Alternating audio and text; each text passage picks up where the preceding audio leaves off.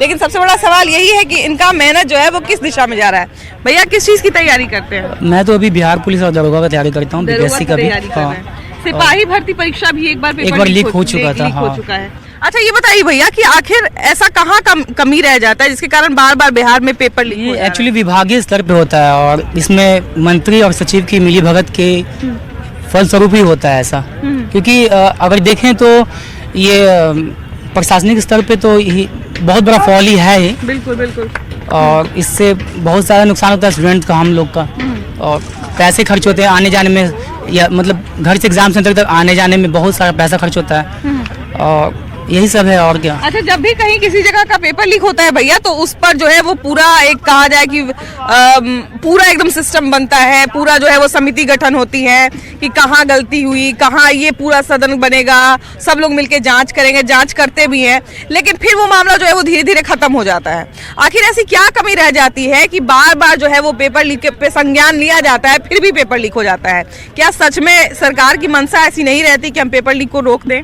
System active नहीं है, system active नहीं है, और क्या बोलेंगे। क्योंकि कई बार पता चलता है कि जहाँ पे प्रिंट होता है, जो क्वेश्चन पेपर जहाँ पे प्रिंट होता है वहाँ से लीक हो गया, या फिर बहुत सारी एजेंसी है, ऐसी कोई एजेंसी जो है जो परीक्षा करवाती है, कभी कोई एजेंसी बैन नहीं होती कि हाँ भाई इनके कारण जो है वो हमारा पेपर लीक हो गया तो हम एजेंसी को ब्लैकलिस्ट कर देते हैं या बैन कर देते हैं, ऐसा भी नहीं होता कभी। सरकार जो है दूसरे के तरफ जितना भागते हैं एजुकेशन की तरफ उतना नहीं भागते हैं, इसीलिए ऐसा होता है, और कोई बात नहीं है। अच्छा देखिए कि जब भी किसी चीज जी कई बार देखा गया कि ब्लैकलिस्टेड कंपनी को ही बार बार दिया जाता है, जबकि जानते हुए तो ये ऑब्वियसली कि ये प्रशासनिक स्तर पर बहुत बड़ी लापरवाही है।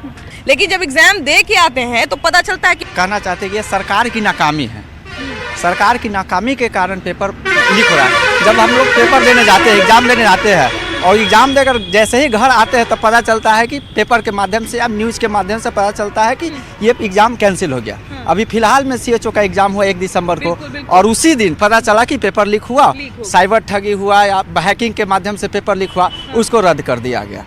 ये बिहार में आम बात हो गया, और पूरे भारत में समझिए कि नीट ऐसा एग्जाम जब लीक हो गया तो समझिए कि सीएचओ तो आम बात है। और देखिए अगर हम यहाँ की बात करें, बिहार की बात करें तो 2017 में हमको याद है कि 2 बार पेपर लीक हुआ, 18 में भी एक बार शायद लीक हुआ, 19 में भी लीक हुआ, 20 में लीक नहीं हुआ, फिर 2023 में भी लीक हुआ, 20 में भी हमको लगता है लीक हुआ है, इधर 2024 में भी लीक हो गया। तो मतलब साले साल पेपर लीक हो रहा है। आखिर इन सब का कारण क्या रहता है भैया? इतना सारा पेपर लीक का कारण क्या रहता है? सबसे पहले मैम हम ये बता देना चाहते हैं कि डबल इंजन की सरकार जो है ये काली पट्टी बांध के रखी हुई है।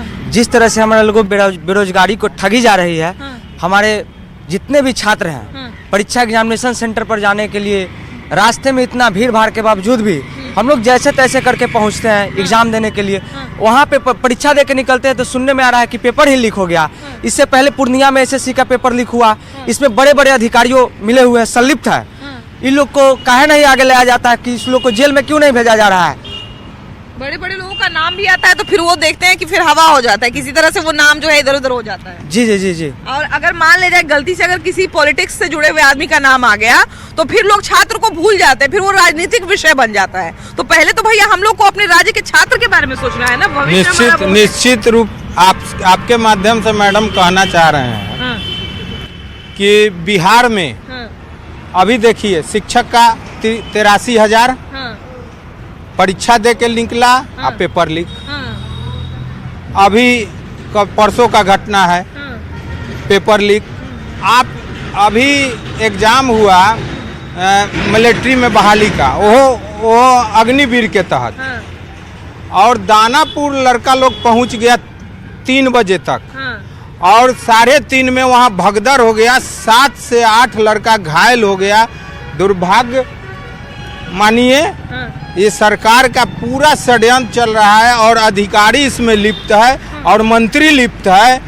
और आप लोग के माध्यम से कहना चाहते हैं कि कोई कार्रवाई नहीं होती है उस सब पर, सिर्फ आता है, नाम आ जाता है और उसके बाद लेपा पोती हो जाता है। अच्छा भैया एक बात बताइए कि ये जो पेपर लीक करते हैं और उनका जो नाम निकल के सामने आता है, उनको क्या दंड मिलना चाहिए, उनका क्या सजा होना चाहिए? उनका भी बाल बच्चा होगा और उनके साथ भी घटना हुआ तो क्या होगा? आप देख लीजिए ट्रेन में बच्चा लोग भर के जाता है, लैट्रिन में बैठ जाता है, मतलब जहाँ जगह मिलता है पौधान धर के लटके हुए है और खतरा उठा के हर हम लोग देख रहे हैं दो ट्रेन में जो ऐसे जुड़ा रहता है उस पे बैठ के बच्चा लोग जा रहा है और एग्जाम कैसू जाके देता है। उसमें घटनाएं भी होती है, आए दिन अक्सर आपके माध्यम से चाहे और चैनल के माध्यम से पता चलता है, मगर कोई सरकार इस पर संज्ञान नहीं लेती है। और गरीब गुरबा शोषित पीड़ित जो किसी तरह चाह रहा है कि हम शिक्षा लिए हैं तो नौकरी हो हमको मिल जाता। कभी कभी तो डबल उम्र के मतलब समझिए कि लड़की अगर 18 साल की है तो समझिए 40 साल के आदमी के साथ उसका ब्याह कर दिया जाता है क्योंकि वो उनको इज्जत बचाना लगता है। भैया ये बताइए कि हमारे बिहार में जो है आज भी प्रेम प्रसंग जो है बड़ा हौवा बन जाता है, आखिर इतना हमारा सोच अभी तक क्यों नहीं आगे बढ़ा है? इसका कारण है सरकार की गलती है। जितने प्रचार कर रहे हैं वो गलत कर रहे हैं, गलत प्रचार कर हाँ गलत प्रचार कर रहे हैं। सिर्फ अभी बेटी पढ़ाओ और बेटी क्या कहते हैं उसको बेटी बढ़ाओ। अरे तो उसमें ये भी कहिए कि प्यार करना गुनाह नहीं है।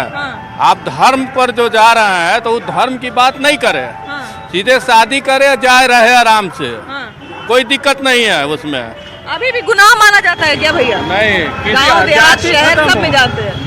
गुनाह तो है नहीं, पर सबकी अपनी अपनी सोच है। तो सोच हमारी क्यों नहीं बदल रही भैया? अभी भी जो है हम लोग सुनते हैं कि कहीं अगर गांव देहात में अगर कोई लड़का लड़की जो है अगर साथ में मिल गया तो या तो जबरदस्ती उनका ब्याह करवा दिया जाता है, ये भी नहीं देखा जाता कि लड़का लड़की बाद में साथ में सही से रह पाएगा कि नहीं रह पाएगा। चाहे लड़की का शादी कर दिया जाता है जैसे तैसे अधेड़ उम्र के आदमी से कि कम से कम मेरा इज्जत बच जाएगा। तो ऐसे में कैसे इज्जत बचेगा? ये सब कुछ इज्जत की बात नहीं है, सब शिक्षा की कमी है। समाज का प्रेशर है, सो कॉल्ड समाज जिसका कोई मतलब नहीं बनता है। अगर आपके यहाँ अगर 500 रुपए की जरूरत हो कोई नहीं देगा, तो आप इस चीज में क्यों देख रहे हैं? आप अपने बेटी का या फिर बेटे का किसी परिवार का भविष्य देखिए ना, कोई लड़का है कैसा है क्या है, आप देखिए ना, समाज से प्रेशर में नहीं आना। प्रेमी का हत्या कर दिया जाए जिसको हम लोग हरियाणा पंजाब में सुनते थे कि ऑनर किलिंग होता है, यहाँ पर भी होता है लेकिन वो केस पुलिस में जा नहीं पाता। नहीं, इसके लिए सब दोषी हैं, परिवार दोषी है, समाज दोषी है, सरकार दोषी है। इस पे बढ़िया कानून आना चाहिए, इस पे अमल होना चाहिए। वहाँ के जो भी क्षेत्र के जो थाना है वो इसके लिए दोषी है, सब दोषी हैं। क्या आप लोग लगता है कि हम लोग जागरूक नहीं है या हम लोग आगे तो बढ़ रहे हैं लेकिन बदल रही है, धीरे धीरे हमारे समाज की सोच बदल रही है, लोग सपोर्ट में आ रहे हैं। ऐसा बात नहीं है कि लव मैरिज सक्सेसफुल नहीं हो रहा, पहले नहीं हुआ करता था लेकिन समाज का सोच अब बदल रहा है धीरे धीरे। सेल्फी ले लेते हैं। हाँ जी। अच्छा, अरेंज मैरिज हो चाहे लव मैरिज हो भैया, मान लिया जाए कि बहुत अरेंज मैरिज में भी दुश्वारी है, लव मैरिज में भी दुश्वारी है। यदि कई बार तो क्या होता है कि जैसे समाज की सोच को बदलिए और देखिए खुशहाल जीवन को जिए। नहीं, कभी कभी ऐसा भी होता है भैया कि 17-18 साल के बच्चे रहते हैं, ठीक है, मान लिया जाए कि आवेश में आके जो है वो कोई फैसला ले लिए, मान लिया जाए कहीं मिल रहे हैं जुल रहे हैं या अगर मान लीजिए किसी तरह की और भी बात कोई है, हम लोग जबरदस्ती उनका शादी करा देते हैं, है ना। समाज में बहुत सारा देखते होंगे पकड़ा हुआ शादी इसको कहते हैं, पकड़ा हुआ शादी करवा दिया गया। अब हम तो ये नहीं देख रहे, समाज के लोग 10 लोग जो जबरदस्ती शादी करवा देते हैं वो ये तो नहीं देखते कि आगे का जीवन उनका कैसा जाएगा। बिल्कुल सही, आगे का जीवन तो बर्बाद हो जाएगा। उस केस में कौन देखने आएगा बच्चों को? कोई नहीं, पकड़ा हुआ शादी सबसे गलत है हमारे हिसाब से। जो लड़के लड़की की जो मर्जी है उसी के अनुसार शादी होना चाहिए, किसी कास्ट के हो किसी भी धर्म के हो। क्यों ऐसा हो रहा है भैया? क्यों हमारी सोच नहीं बदल रही? बदलना चाहिए। हम लोग सिर्फ अपना कपड़ा और खाना बदल रहे हैं, ये दोनों को मिला देना चाहिए। क्या कहते हैं भैया? मुझे तो लगता है कि ऐसे लव मैरिज आने से ये कास्ट का बैरियर भी थोड़ा खत्म होगा और दहेज का जो इतना उत्पीड़न आ रहा है ना, दहेज सिस्टम भी थोड़ा खत्म होगा, क्योंकि दहेज के लिए बहुत लोग लड़की जला दे रहे हैं, बीवी को मार दे रहे हैं, 2-2 शादी कर रहे हैं, 3-3 शादी कर रहे हैं। इन सब चीज़ों में बहुत कमी आएगी। तो ये सब घटनाएं आखिर बिहार में क्यों होती है? क्या हमारी सोच नहीं बदली अभी तक? अब मैम इसका अलग अलग पॉइंट ऑफ व्यू है। मान लीजिए कि अगर कास्ट से आप रिलेशन अगर देखें, अगर मान लीजिए कि कोई अलग कास्ट से अगर हो जाता है तो फिर अलग इसका मैटर है। जैसे बिहार में मैम अभी भी जैसे लोग अभी भी उतने मॉडर्न हुए नहीं है, ठीक है। ऐसा नहीं है कि बिहार में अभी भी लोग जैसे गांव के जो ग्रामीण समाज के लोग होते हैं वो मतलब इस चीज़ को सोचते हैं कि मान लीजिए कि उनके घर की इज्जत वाली बात होती है। भैया मान लीजिए अब आपको बीच में रोकेंगे, हमको माफ कीजिएगा। आपने कहा कि इसमें भी बहुत सारा टर्म कंडीशन है ना। एक प्यार ही तो ऐसा चीज है जिसको हम लोग सब टर्म कंडीशन से ऊपर रखते हैं, तो इसमें भी अगर हम टर्म कंडीशन लगाएंगे तो फिर प्रेम रहा कहाँ गया? मैम लेकिन अगर प्रेम चलिए ठीक है, इसमें कोई टर्म्स एंड कंडीशन नहीं है, लेकिन माँ बाप का प्यार भी तो उससे ऊपर है। अगर कोई भी लड़की अगर किसी लड़के के साथ अगर ऐसा करती है तो उसको पहले ये सोचना चाहिए कि उस लड़के से पहले या उस लड़की से पहले उनके माँ बाप है। अगर माँ बाप को मना पाते हैं, एग्री करवा पाते हैं कि मम्मी मेरे को वो लड़का पसंद है, मम्मी मेरे को ये लड़की पसंद है, अगर दोनों परिवार मान जाते हो तो शादी कर लीजिए। अगर नहीं मानते हो तो अपने गार्जियन का इच्छा का सम्मान कीजिए, उनके अनुरूप चलिए। देखिए, इंटरनेट मीडिया जो इस तरह का प्लेटफॉर्म बना दिया है कि मैंने अपनापन दूर कर दिया है बच्चों से, और खास करके बुजुर्ग।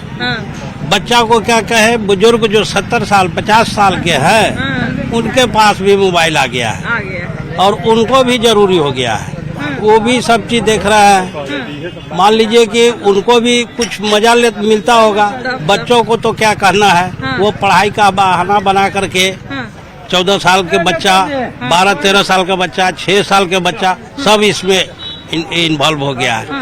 हम तो सरकार से यही कहेंगे कि इसको बंद कीजिए, और नहीं तो 14 साल का जो भी बच्चा है उस पर प्रतिबंध लगाइए, उनको गार्जियन को प्रतिबंध लगाइए या उन पर फाइन करिए। अच्छा, हम लोग भैया देखिए कि कोई चीज देखते हैं सोशल मीडिया पर, अगर कुछ गलत चीज आ जाए हमारे सामने तो उसको उसी समय ब्लॉक कर देते हैं, है ना, कि गलत चीज है, इससे जो है गलत प्रभाव पड़ सकता है। लेकिन बच्चा को हम लोग ये देखते हैं कि बच्चा के अंदर एक चीज ये होता है कि निगेटिव चीज के प्रति ज्यादा आकर्षित होता है ना। तो क्या भारत में भी ऐसा जरूरत है कि 16 साल से कम उम्र का जो बच्चा है, जो नाबालिग जिसको कहा जाता है, उसके लिए सोशल मीडिया बैन हो जाना चाहिए? बिल्कुल बैन होना चाहिए। 16 साल से कम उम्र के बच्चों को मोबाइल से दूर रखना चाहिए। जैसे मोबाइल के 16 साल से ऊपर वालों के लिए ठीक है, मोबाइल बढ़िया चीज है। आदमी के अंदर 2 गुण होता है, या मोबाइल के अंदर 2 गुण है। जैसे अगर सही जगह उपयोग करें तो बहुत बढ़िया चीज है, उपयोग और दुरुपयोग। तो जैसे दुरुपयोग करेंगे, बच्चे ज्यादा दुरुपयोग कर रहे हैं। उपयोग के लिए तो हम लोगों के लिए बढ़िया है, घर बैठे सब्जी मंगा लीजिए या देश विदेश से बात कर लीजिए, बहुत बढ़िया चीज है। लेकिन 16 साल से नीचे के बच्चों को मोबाइल से दूर रखना चाहिए, क्योंकि हम लोग भी पढ़े लिखे हैं, हम लोग भी शिक्षित हैं, लेकिन उस टाइम मोबाइल भी नहीं था। हम लोग पैदल खेत से आते थे, फिर भी हम लोग पढ़ लिख के जॉब किए, बढ़िया जॉब किए और पढ़े लिखे हैं, सारा गुण है। आजकल तो देखिए कि स्कूल में जो है भैया पढ़ाई उढ़ाई सब मोबाइल पर कर दिया गया, तो चलिए उसको तो हम एक तरह से ठीक मान लिए कि भाई कोरोना में स्कूल नहीं जा सकता था, तो चलिए उस समय वो अच्छा वरदान साबित हुआ। लेकिन दिक्कत ये है कि अब मोबाइले पर दोस्त बनाइए, मोबाइले पर खाना खाइए, मोबाइले पर लड़ाई करिए, मोबाइले पर झगड़ा करिए। पहले हमको लगता है कि जब फेसबुक का जमाना नहीं था तब इतना लड़ाई नहीं होता था किससे। आजकल फेसबुक पर कमेंटे में लड़ाई हो जाता है। हम लोग चलिए इस चीज को समझते हैं, बच्चा तो नहीं ना समझेगा भैया। नहीं, बच्चा नहीं समझेगा। बच्चा पर क्या गलत प्रभाव पड़ रहा है? एकदम बहुत एकदम। और जो स्कूल में लोग पढ़ाई लिखाई भी कर दिए हैं इससे, तो बताइए और प्रभाव पड़ रहा है। कम से कम पढ़ाई लिखाई तो कम से कम बैठा के आगे करना चाहिए था, बिना मोबाइल को करना चाहिए था। आजकल एगो नया देखिए सोशल मीडिया पे आ गया है, वीडियो बनाने वाला। हम तो कभी कभी देखते हैं ना भैया, इतना छोटी बच्ची है, 4 साल 5 साल की बच्ची है, एकदम मतलब 25 साल के 30 साल के लड़की के तरह मुंह बना के नाच रही है। तो समय से पहले बड़ा ही न कर रहे हैं, बड़ा कर। खुद गार्जियन का दोष होना है। गार्जियन को ये बात को समझना चाहिए कि हाँ, हम कैसे अपने बच्चों को पालन पोषण करें। आप कल बिगड़ेगा तो आप बोलिएगा कि समाज बिगड़ा है, समाज नहीं बिगाड़ रहा है, वो आप खुद बिगाड़ रहे हैं बच्चे को। क्योंकि फोन मेरे हाथ में है, अगर मैं चाहूंगा तभी वो बच्चा यूज करेगा, मेरा मर्जी नहीं है तो कैसे यूज करेगा। इसलिए सबको दोष नहीं, फिर अपने आप से भी समझना पड़ता है कि हाँ, हम में भी दोष है। अच्छा, अभी देखिए भैया कि ऑस्ट्रेलिया में कानून बनाया है कि अगर मान लिया जाए कि कम उम्र का बच्चा जो है अगर फेसबुक पर अकाउंट बना लेता है, चाहे एक्स पर अकाउंट बना लेता है, चाहे रील्स पर अकाउंट बना लेता है, इंस्टाग्राम पर, तो इंस्टाग्राम को जुर्माना भरना पड़ेगा। ये उसी को जुर्माना भरना पड़ेगा कि आप बच्चा का अकाउंट पास कैसे कर। यहाँ भी होना चाहिए। ये हम लोग के बिहार में, भारत में, पूरे भारत में इसको लागू करना चाहिए कि लड़का और लड़की के बीच में जो है आधा खर्चा बंट जाए, तो तनी बोझवा कम हो जाएगा। खर्चा विशेष करने का इसमें जरूरतें नहीं है। खर्चा कम करके शादी प्रोग्राम को सफल करेंगे। हाँ। जितना कम से कम खर्चा हो, वो खर्चा अपने बीवी पर कीजिए, हाँ। वो खर्चा अपने परिवार पर कीजिए, उसको गहना पाती जो खोजता है वो दीजिए, लेकिन विशेष जो खर्च कर देता है आदमी, डेकोरेशन करो, समियाना करो, बाजा बजाओ, ये सब का क्या जरूरी है? नॉर्मल शादी कीजिए, आज जो खर्चा बचता है दोनों आदमी मिलकर उसको कर देखते हैं कि सब खर्चा आ जाता है कि आदमी यहाँ पे, तो वो ज्यादा लाचारी हो जाता है, वो लाचार हो जाता है। लड़की वाला खेत बेचता है तब जाके काम होता है उसका। कितना दिन तक कर्जा सर? हाँ, वो हम लोग लड़का वाला जो है, वो लड़का वाला लड़की वाला के दुख को नहीं समझता है, वो सब कर लेता है, वो उससे खून चूसिए लेगा तब शादी करेगा। और शादी दो तरह के, शादी को सफलीभूत भी करने के लिए समाज को आगे आना ही होगा, आना पड़ेगा। बिल्कुल बिल्कुल सही कह रहे हैं। हाँ, लव मैरिज भी हो रहा है लेकिन बहुत टिकाऊ नहीं हो रहा है। ये जो 50-50 बंद होना चाहिए तो ठीक है भैया, लेकिन ये जो नया 50-50 का भी है ना बात, नहीं चाहिए। हाँ, जो नया ही चलन चला है कि आप जो है वो आधा आधा खर्चा बांट लीजिए, जितना शौक है सब पूरा करिए, कि आपका भी शौक है हमारा भी शौक है सब पूरा करिए, लेकिन आप खर्चा को आधा बांट दीजिए, तो उतना करेगा तब ना आदमी। हाँ। अच्छा ये बताइए कि कल्चर को बढ़ावा मिलना चाहिए कि नहीं? एकदम मिलना चाहिए। कैसे इसको बढ़ावा हम लोग दे सकते हैं? सहयोग कीजिएगा तब ना, सहयोग दोनों तरफ से होना चाहिए, एकदम दोनों तरफ से सहयोग कीजिएगा तब ना। क्या कहते हैं भैया, कितना इस कल्चर को बढ़ावा मिलना चाहिए? बढ़ावा मिलेगा जब आपका बच्चा बच्ची शिक्षित हो जाएगा, और बच्चा बच्ची जब शिक्षित हो जाएगा तो खुद मान ली मेरा बच्ची है कहीं जॉब में चल गई, 5 साल वो कमा ली, 5 साल के बाद वो शादी हुआ तो 10-15 लाख तो खुद कमा ली, और फिर लड़का वाला भी लोग का मतलब हो गया, तो दोनों अपना खर्च दोनों तरफ से कर देगा ऑटोमेटिक। इसलिए शिक्षा बहुत जरूरी है, और जैसे जैसे समाज शिक्षित हो रहा है थोड़ा सा इसमें बदलाव भी आया है। बिल्कुल आप सही बात कह रहे हैं भैया कि देखिए आजकल तो लड़का लड़की दोनों नौकरी करता है ना, तो भाई माँ बाप का भी जो है, माँ बाप पे जो सारा बोझ पड़ जाता है कि शादी नौकरी करे बच्चा चाहे नहीं करे, लेकिन शादी तो माँ बाप को ही करना पड़ेगा, है ना, सारा चीज माँ बाप को ही करना पड़ेगा। हाँ, तो उसमें जब शिक्षित दोनों बच्चा हो जाएंगे, बच्चा एवं बच्ची, तो उसमें से खर्चा तो माता पिता का हल्का होना ही है। कि हम लोग जो है वो 80% कहते हैं ना कि हम लोग 80% है, हमारा ये नहीं हुआ, लेकिन देखिए कि आंकड़ा जब देखते हैं तो पता चलता है कि 80% से हम लोग नीचे फिसल गए हैं। हम लोग लगभग 65%, अगर सही आंकड़ा लिया जाए तो 65% होते हैं हम लोग। और अभी मोहन भागवत जी का जो बयान आया है उसका हम लोग स्वागत करते हैं, और ये बहुत ही मोहन भागवत जी का बयान इस समय आया है, बहुत सामयिक बयान है उनका और स्वागत योग्य बयान है, क्योंकि हम लोग ऐसे बिहार में और सब जगह जब बहुत क्रोधित होते हैं किसी से, आत्मा से अगर कुछ कोसते हैं तो है कि जाओ तुम्हारे वंश का नाश हो जाएगा, है ना। और अभी की स्थिति में हम लोग जो जिस प्रक्रिया को हम लोग अपना रहे हैं, बहुत आधुनिक बनकर अपने आप को, तो हम लोग खुद से अपने वंश का नाश करते जा रहे हैं। जब अभी हम लोग का कंसेप्ट हो गया है कि बच्चा 1 या 2, और 1 या 2 में भी अगर 2 लड़की हो गई तो फिर एक के प्रयास करते हैं उसका। आज अभी के कंसेप्ट में 2 लड़की होगी तो भी हम लोग एक संतान की कामना नहीं करते, चलो 2 लड़की ही अच्छी है, लड़की और लड़के बराबर हैं। उसके अलावा हम क्या सोचते हैं, एक लड़का एक लड़की हो गया तो बड़ा आदर्श हो गया, है ना, आदर्श माना जाए। हाँ, आदर्श हो गया। फिर तो कुछ जरूरत है। हाँ, और अगर 2 लड़के हो गए तो चलो अब तीसरी लड़की नहीं करनी है, तो तीसरी लड़की नहीं करनी है तो वंश बढ़ेगा कैसे? लड़की हमारी हिंदुओं की लड़की है, हमारे घर में पैदा किसी दूसरे हिंदू के सनातनी घर में जाएगी तो उसके वंश की वृद्धि करेगी। बात जो भैया कह रहे हैं कि एक बच्चा अगर रहता है तो कलेजे पे हाथ रहता है, चलिए हम ये बात को मान लेते हैं, लेकिन अभी है कि लोग महंगाई को ध्यान में रखते हैं, बहुत चीज को ध्यान में रखते हैं कि नौकरी बच्चे कैसे करेंगे, रहेंगे कैसे। ऐसे में मोहन भागवत के 3 बच्चों वाले बयान से आप कितना इत्तेफाक रखते हैं?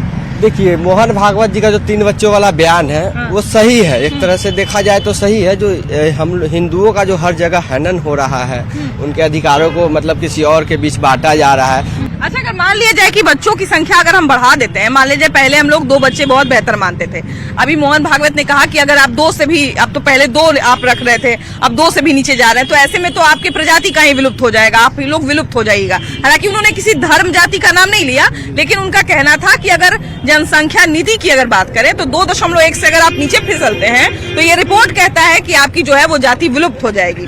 चलिए हम इस तर्क को मान लेते हैं, लेकिन 3 बच्चे वाले बयान से, क्योंकि 3 बच्चा करना बहुत भारी लगता है अभी के समय में, खासकर हमारा जो जनरेशन है हम लोग को बहुत भारी लगता है। हमारी सोच गलत हो गई है, हम तो कहेंगे 5 बच्चे होने चाहिए हम हिंदुओं को। अरे बाप रे, 5, 2 नहीं 5। मुसलमान 10 बच्चा 15 बच्चा पैदा करता है, उस पर कोई नियम लागू नहीं होता है, वो चाहे जितना बच्चा पैदा कर ले।